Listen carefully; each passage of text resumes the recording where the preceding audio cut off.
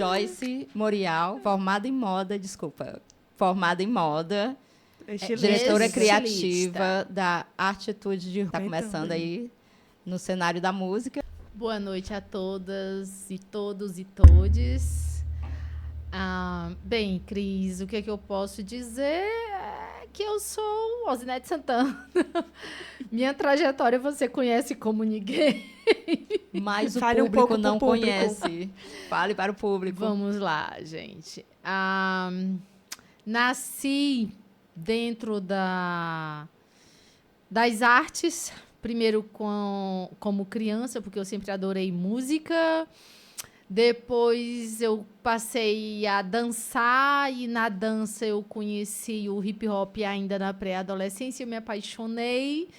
E depois disso eu conheci o MH2, eu estava nascendo, integrei e é isso. Minha trajetória foi toda na área cultural e na área do movimento social, porque quando eu entro no MH2O, ele não era só um movimento de cultura, ele era um movimento cultural e político e comunitário também. Então, eu me apaixono também por essa área e hoje eu atuo principalmente com economia criativa nas comunidades, né?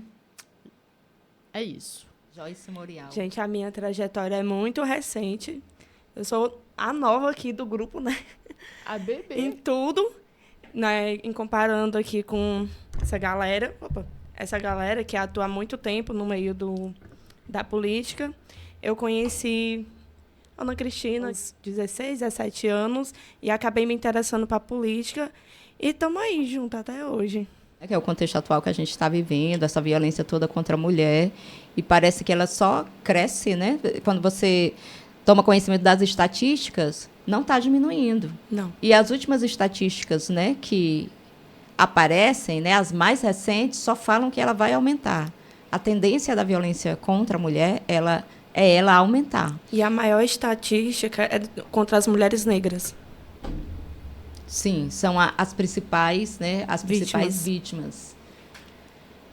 Eu tive numa reunião, segunda-feira passada, né, do coletivo de mulheres do partido, e eu fiz uma pergunta lá, e assim, foi muito louco, porque foi no final, a reunião já estava terminando, as mulheres já estavam levantando, guardando as cadeiras, eu para tudo, que eu tenho duas perguntas para fazer. Eu saí, quando eu voltei, a reunião já estava terminando. Eu, não, gente, pode acabar agora não, que eu tenho duas perguntas para fazer, eu tenho duas colocações.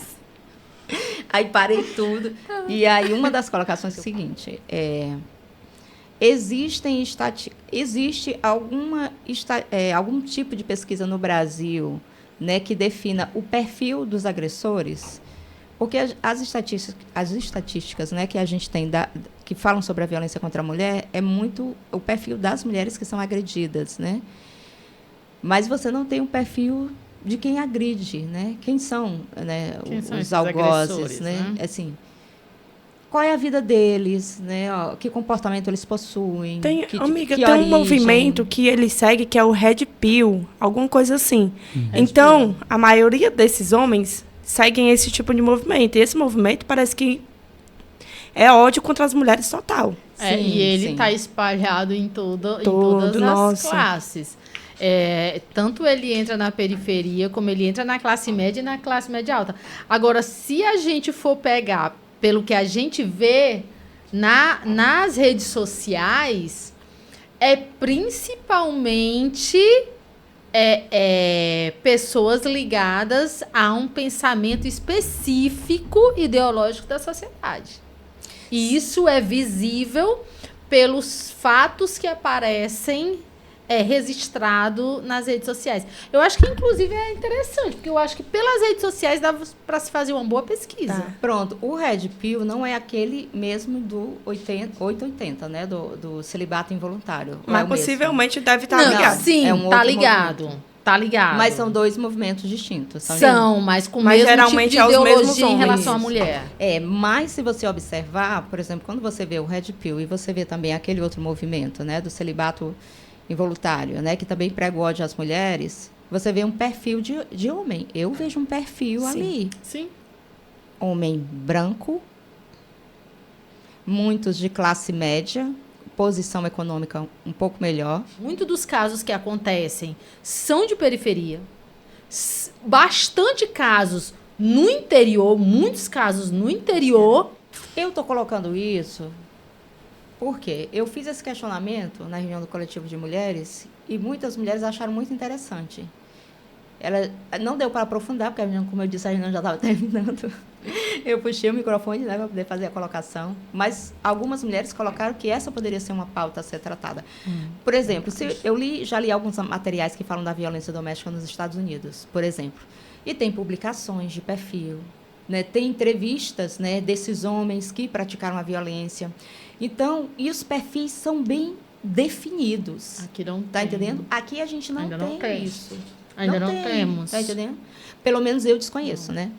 Eu também não faço desconheço. ideia do que tem. Mas eu estou colocando isso, a gente tem um parâmetro da necessidade de a gente ter esse perfil desse agressor. Porque, olha, a gente tem a estatística da violência contra a mulher, que na estatística apresenta quem sofre a violência, que é a mulher. Essa estatística não ajuda muito, ela pode não ajudar muito a parar essa violência, porque as mulheres não sabem o perfil daquele. É preciso a outra estatística, a estatística do agressor. Só que você tem. Só que existem declarações que dizem o seguinte: não tem como você saber quem é o seu agressor. Pode ser qualquer pessoa. Mas aí eu acho perigoso, porque aí você cai. Não, mas claro que tem. Estatística é exatamente isso. Você pega dos casos que já existem, desse caso você forma um perfil. Tem sim como saber quem é seu agressor. Por exemplo, tem já um cuidado que é dito para as mulheres. Se o homem, ele costuma falar das suas roupas, se ele costuma tentar lhe proibir com quem você anda, se ele costuma evitar que você tenha um convívio muito forte com a família, e se ele começa a lhe violentar verbalmente, as violências elas vão piorando, elas são escaladas. Então, já existe aí um perfil de um agressor para a mulher, para ela já se precaver quando ela tá convivendo com o homem. Agora, resta saber o perfil desses que realmente chegaram a vias de fato. E é possível. É só fazer um levantamento aí de todas as agressões registradas no Brasil. A partir disso aí, você faz o perfil de quem são esses homens. É possível se chegar a isso. Agora, resta saber, já existe? Se existe, por que não está sendo divulgado? Ou não existe? Se não existe, vamos atrás. Pronto. Na reunião, a Fátima estava, né? Que a Fátima é secretária de Mulheres de Fortaleza. Ela desconhece qualquer ação nesse sentido. E estava também uma profissional do Ministério da Saúde, que também estava lá, que também desconhecia. Então, mas boa parte das mulheres disseram que esse perfil é um perfil que não dá para mapear, que é um perfil difícil de mapear. Por quê? Porque muitas vezes ele não dá sinais de que é um agressor durante o namoro, nem durante o noivado. Os sinais de agressão aparecem depois do casamento. Amiga, eu discordo então, porque há sinais sim durante a relação no namoro. Muitas. Bom, se existem esses sinais, então isso não é claro. Existe. Sim, Cris. A manipulação verbal. A outras muda da água para o vinho. Não muda. Ela já vem dando alguns sinais que são sutis. Durante o namoro. Mas ela dá durante o namoro, ela dá durante o noivado. E isso se torna mais evidente na relação a dois. Mas dá, claramente que dá. Ninguém se do nada vira outra pessoa, não. Mas é assim. Não, é assim em vários casos. Aquele filho daquele deputado que se casou. Ele já batia nela? Não. Qual que você está falando? Bom, eu não lembro aqui o nome, mas um caso recente que eu lembro. Se for o daqui, ele já batia nela. Não é o daqui não, e nem é o lá de Goiás. Tá entendendo? Eu vou, não lembro aqui, mas eu vou pesquisar aqui. Ele é um cara, filho de um deputado aí, que namorou uma mulher e teve um noivado e se casaram. E já na lua de mel, ele já agrediu ela. Tá entendendo? quando ela lembra do relacionamento, ela disse que quando se casou com ele, desconheceu completamente a pessoa. Porque ela não prestou atenção nos detalhes. Tá, muito do homem agressor, ele, por exemplo, ele usa do cuidado para disfarçar o controle. Você estava onde? Você vai não sei aonde com quem? Que horas você volta? Muito dessas indagações que o homem faz não é uma preocupação real. É o controle. Só que a mulher, a forma que ele faz, que ele passa para ela, é de como se fosse cuidado. Entende? E não é cuidado. Até o amor excessivo. O amor excessivo, que a quer galera todo chama tempo, de red flag. todo tempo que você esteja com ele. Reclama quando você não está com ele. E a mulher pensa que é amor. Não é amor, é controle. Então, é porque é muito sutil essas relações de violência antes do casamento. Mas elas já existem e estão lá. Nós, mulheres, é que não somos ensinadas, não somos orientadas a observar esses sinais que são sutis. Sim, isso pode ser uma realidade mesmo, né? Que não tem manual, né? Não tem uma cartilha, não tem um manual que você possa identificar. Pode ser antes do relacionamento. Mas existiria a discussão sobre gênero, inclusive nas escolas. O nosso problema é que nós somos uma sociedade extremamente religiosa e as religiões que nós temos aqui, infelizmente, elas trazem com ela o machismo e a misoginia. E isso faz com que não se permita que a gente avance na educação de nós mulheres nas escolas. Esse é um dos maiores problemas que nós temos hoje em questão de avançar na discussão sobre gênero e na orientação de gênero para as meninas a partir delas crianças. Bom, isso é verdade. A gente precisa de um programa em larga escala e a gente não tem ainda esse programa, né? Gente, a minha fala é sobre quanto a segurança hoje em dia está falha. Há casos que a mulher denuncia, tem a medida protetiva e ainda assim sofre agressão e nada da segurança resolver a situação. Eu vou relatar, mas não vou aprofundar. Eu tive uma situação de que eu fui fazer um negócio e tal, não vou me aprofundar. Mas eu pedi uma medida protetiva e olharam para minha cara e falaram, não podia dar. Aí eu olhei assim, então alguma coisa tem que ser feita para eu conseguir uma medida protetiva? Ou seja, aí entra também a questão da segurança, né? Não existe segurança para a mulher. Não tem. Não tem segurança em casa, não tem segurança na academia, não tem segurança em nenhum momento. E atualmente só reforça de que um não resolve. Entendeu? E a segurança atualmente também não está resolvendo nada. Ela tanto sofre quando silencia, como sofre quando denuncia. Exatamente. Né? Então, e sofre antes de denunciar, e sofre muita coisa. Violência quando denuncia pelo próprio Estado. Sim. Exatamente. Pronto, vou passar aqui para o poeta urbano Johnson Salles, fazer suas considerações. Bom, minha querida, a nossa segurança pública ela é pautada por um paradigma da repressão. Ela é pensada apenas como repressão. Então, ela não tem uma preocupação com a prevenção, com a educação, com a formação, com a construção de uma estrutura de cidadania que possa prevenir a longo prazo, porque os processos de violência, eles são construídos historicamente, inclusive.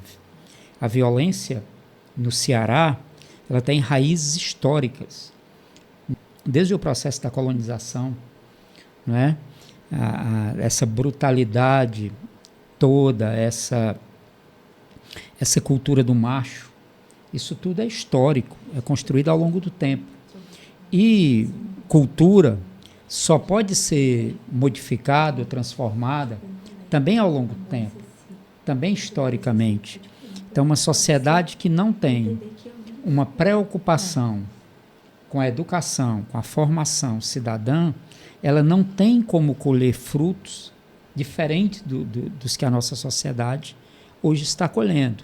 Olha, essa questão da religião, né, interferindo na vida social, não é? essa questão desses grupos, partidos reacionários, né, atrapalhando o processo de construção cidadã no país, isso tudo tem consequência. Sim. 4 anos de um governo reacionário espalhando ódio e impedindo, né, a formação e a organização de base para resistir a esse ódio, nós estamos colhendo. E é 4 anos que nós tivemos de um governo reacionário que semeou coisa aí que em 40 anos nós não vamos conseguir desfazer.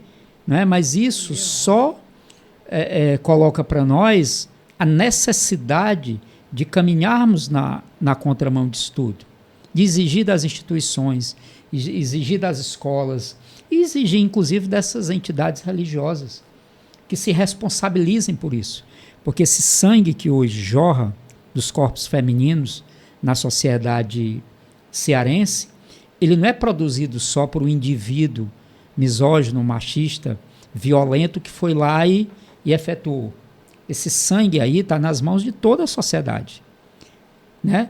Essa responsabilidade é de cada líder religioso fazendo discurso misógino, cada cidadão que se omite diante disso, cada gestor público que, ao invés de apostar num processo educacional e de prevenção para colher votos fáceis, fica fazendo discurso fácil também, discurso reacionário. Essa responsabilidade é de toda a sociedade brasileira. As mãos de todo mundo no Brasil estão manchadas com esse sangue feminino. Não só do agente que gera isso. E se a sociedade não acordar para essa realidade, que precisa intervir na cultura do Estado, que precisa intervir na educação do Estado, para lá na frente colher esses frutos e também dosar essa questão da repressão. A repressão também é necessária. Se não consegue prevenir, que pelo menos dê resposta imediata, que o agressor saiba que tem punição. Pelo menos isso, já que, para além disso, o Estado hoje não tem essa condição. Então, na minha opinião, tudo isso se resolve com um processo cultural, histórico e educacional que precisa começar já, mas que tem muito tempo pela frente, porque nós tivemos 4 anos de ódio, de misoginia, de machismo, sendo semeados de forma oficial pelo governo brasileiro. É isso.